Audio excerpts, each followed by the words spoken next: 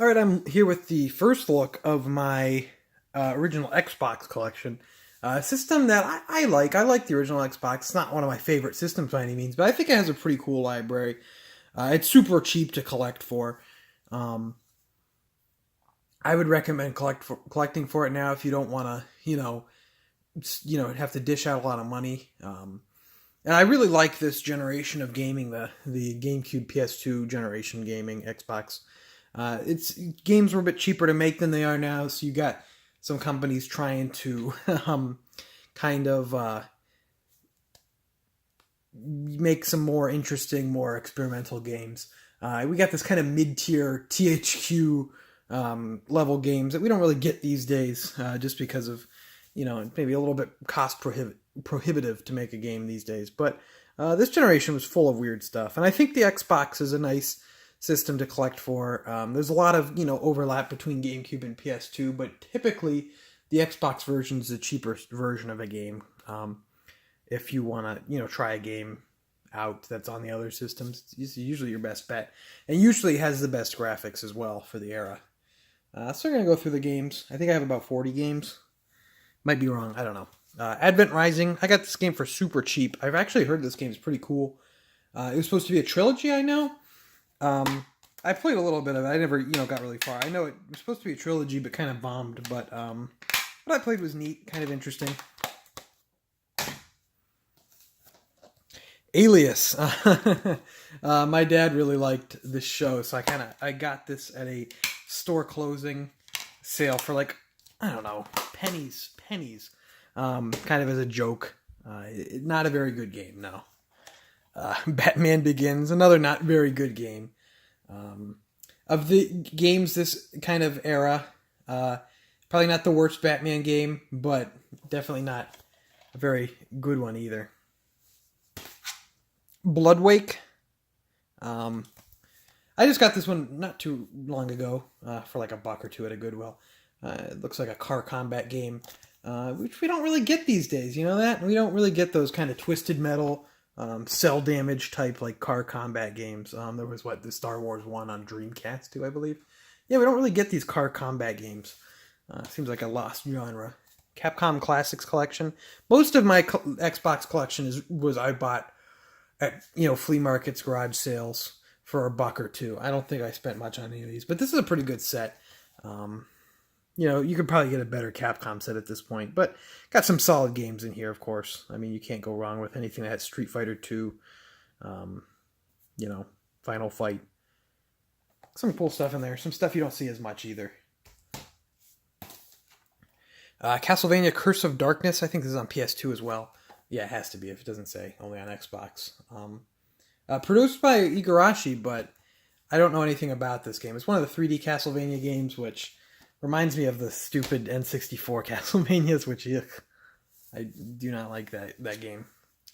Chronicles of Riddick, Escape from Butcher Bay. Apparently this is good. I got this. This was given to me alongside a bunch of other games that are in here. But I don't know anything about this. Apparently this is supposed to be pretty decent. I wouldn't be able to tell you. Crash Twinsanity. This is probably of all the post PS1 Crash games, this is probably the best one in my opinion. It's weird, but it's pretty solid.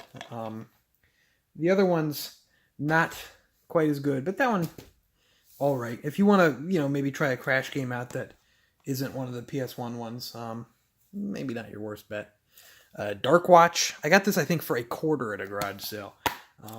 Never played it. It was a Capcom title. There was a sequel, I think. I can't remember what it's called. But yeah, haven't played it. I know people get mad, but I'm not going to pass up a half-decent game for $0.25. No matter what. Doom 3 and Doom 3 Resurrection of Evil. It's Doom 3. I mean, everyone knows this game. Everyone knows Doom 3. Everyone knows Doom. It's classics.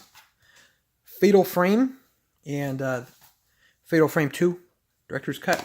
I got these at a Goodwill, actually. $2 each. They're a bit pricey. These are really cool games, though. Actually, pretty scary. I'm not usually one to be scared by survival horror games, especially ones of this era. The graphics kind of make them a little bit less effective when it comes to being scary. But they got some genuine frights out of me. They're fun, good games. I should try to maybe play those again around Halloween time, I guess. But yeah, pretty cool. Apparently, it's one of those, based on a true story is what they try to tell you. Yeah, it says on the front here. I don't know if I don't know if I buy that, but nonetheless, I know those are on PS2 as well. I think they're probably more expensive than the Xbox ones. Ooh, a flea market find grabbed by the ghoulies. I think the first Rare game after the Microsoft buyout. Not a great game, not terrible. A lot of people like to say it's like the worst game, but it's not awful. Halo and Halo 2. Not the biggest Halo guy, but I of all the first-person shooter series, Halo's probably my favorite.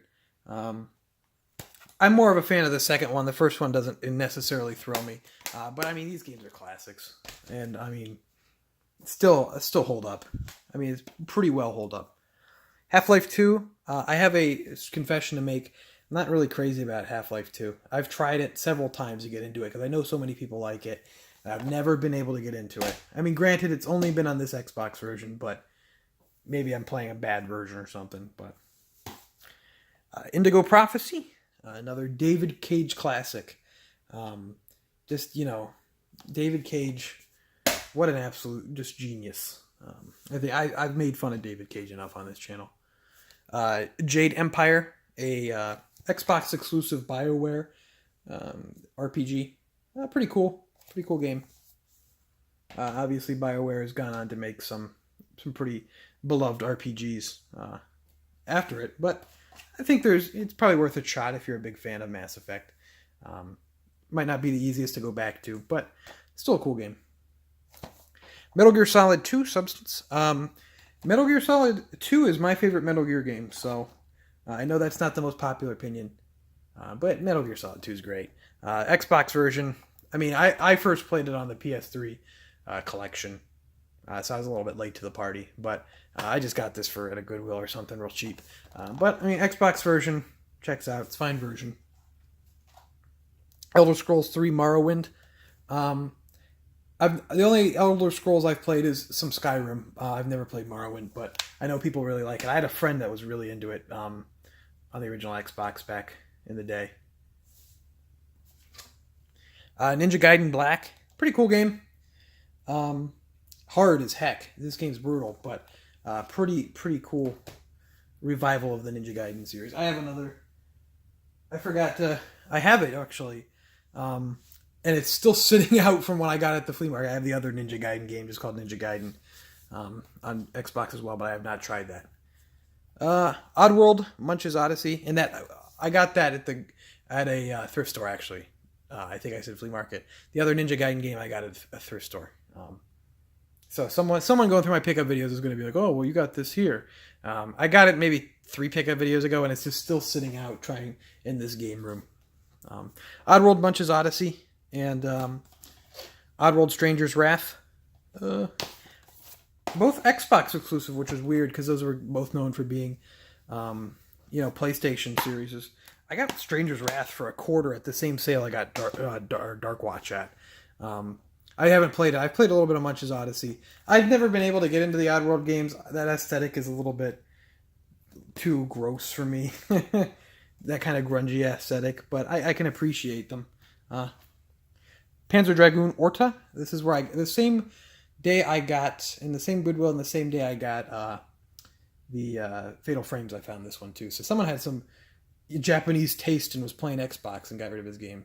It's more Panzer Dragoon. I like the original Xbox because they had a bunch of those, a bunch of Sega games that were exclusive, like Shenmue 2 and Jet Set Radio Future. The Xbox and the GameCube had some exclusive games. It kind of reminds me of like Dreamcast 2, where GameCube was getting like Monkey Ball and Billy Hatcher and stuff, and Xbox was getting Panzer Dragoon and Shenmue, so maybe a bit more mature games.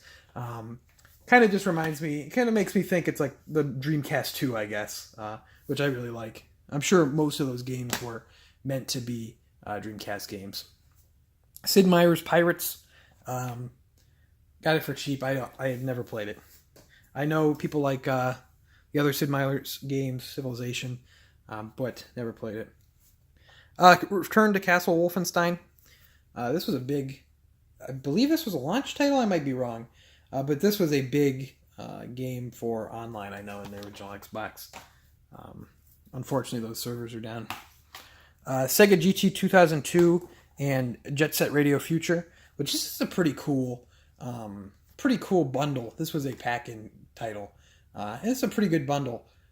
Jet Set Radio Future. If you like Jet Set Radio and you've never played Jet Set Radio Future, it's a great game. I wish they would throw it on Xbox One backwards compatibility, just so I could, have an easier way to play it than looking at the old Xbox, which is in storage right now as I'm, going through this, trying to set this game room up. But they came on one disc, and then they have 2 individual manuals. But yeah, cool little set there. That's a great little pack-in title. SNK versus Capcom.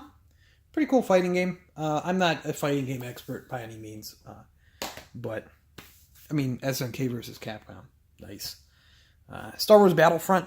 I used to play these games all the time at friends' house. I had a friend who had them on Xbox and a friend that had them on PS2, and I had GameCube, so I couldn't play them. But I played them all the time at their house. I like these games a lot. They're a lot of fun. It's kind of a shame, though, that, the series has ended up how it is now. But got Star Wars The Clone Wars and Tetris Worlds. This was another pack-in title. Yeah. I've played the Star Wars The Clone Wars games on other systems, and it is not good. Tetris Worlds, I can imagine. I played on GameCube, I think. It's just more Tetris. I couldn't tell the difference between any of the other ones. Star Wars Jedi Knight, Jedi Academy. I don't remember where I got this one. I have not played it. Knights of the Old Republic and Knights of the Old Republic 2. I want to really dive into these at some point. I know this one's now on backwards compatibility on Xbox One, so a little bit easier way to play it. I would like to actually dive into these and give them a fair shot. I've played a little bit of them, but I've never actually dived in for any kind of extensive time. But I'd like to give these a shot at someday because what I played I thought was really cool. Star Wars Obi-Wan, another not so great game. Xbox had a lot of Star Wars games, really. A fair amount of Star Wars games on the Xbox. I believe most of them were exclusive. Siberia. These were old point-and-click adventure games. I like point-and-clicks, and I got this real cheap, so that's cool to have. Taito Legends, the same place I got, the same thrift store I got the Capcom Legends. I got this one as well. And I believe Ninja Gaiden Black on the same day. Published by Sega, weirdly enough. Don't know why they got the publishing rights, because I know Taito now is owned by Square Enix. But yeah, a pretty good set there. It has Space Invaders. Bubble Bobble. Pretty good set there. Pretty fun compilation. I like these compilations. It just makes it easy to play a bunch of classic games all in one place instead of having to, have some of this you can't even have the hardware for, a lot of arcade games and all that. Just a good way to have a bunch of cool games.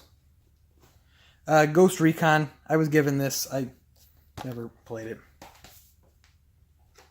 Same thing with Rainbow Six Critical Hour, I believe. No, I think I actually got this when I bought a PS2 lot, and for some reason this was in there.